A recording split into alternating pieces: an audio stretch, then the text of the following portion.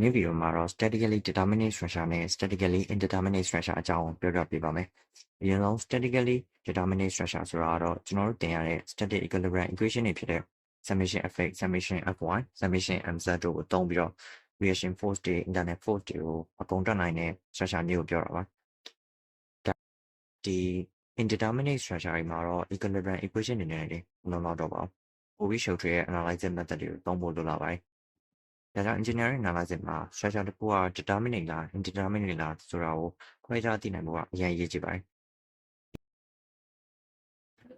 အဲ့လိုသိနိုင်ဖို့ဆိုလို့ရှိရင်ကျွန်တော်တို့အနေနဲ့ degree of indeterminacy ကိုသိဖို့လိုပါတယ်။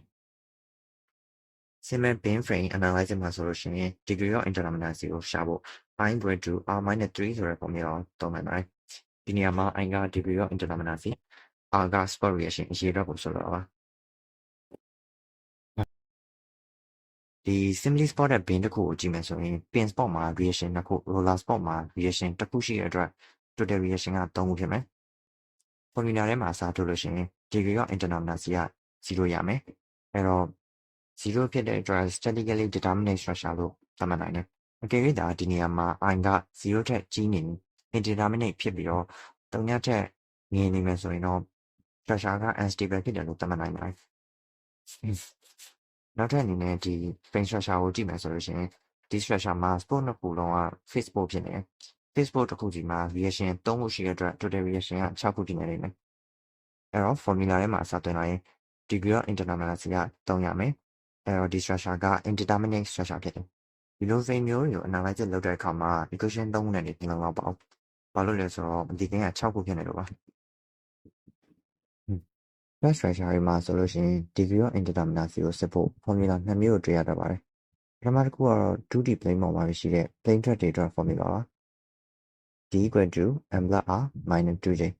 ဒီနေရာမှာ m က number of member ကိုပြောတာပါ။ r ကတော့ number of reaction, j က number of joint ပါ။ example အနေနဲ့ run truss ကိုလေ့လာကြည့်လို့ရပါတယ်။ဒီ truss မှာဆိုလို့ရှိရင် member အရေအတွက်က11ခုရှိရယ်။ spot reaction က3ခုရယ်။ joint က9ခုရှိတဲ့အတွက်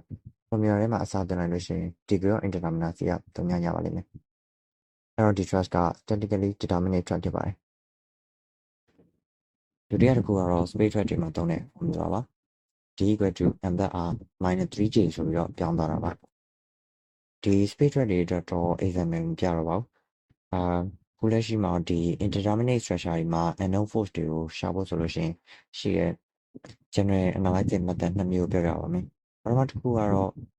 force method ပါ။ဒုတိယတစ်ခုကတော့ displacement method ပါ။ဒီ ETAP လို structure တွေ software အများစုမှာတော့ဒီ displacement method ကိုအဓိကထားသုံးတာကိုတွေ့နိုင်ပါတယ်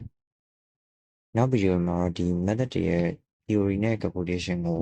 နားလည်လည်အောင်ဆက်ပြီးရှင်းပြပေးပါမယ်။ဒီဗီဒီယိုလေးကအထောက်အကူဖြစ်လို့ဆိုလို့ရှိရင် like and subscribe လုပ်တော့ပြီးလို့ရပါတယ်။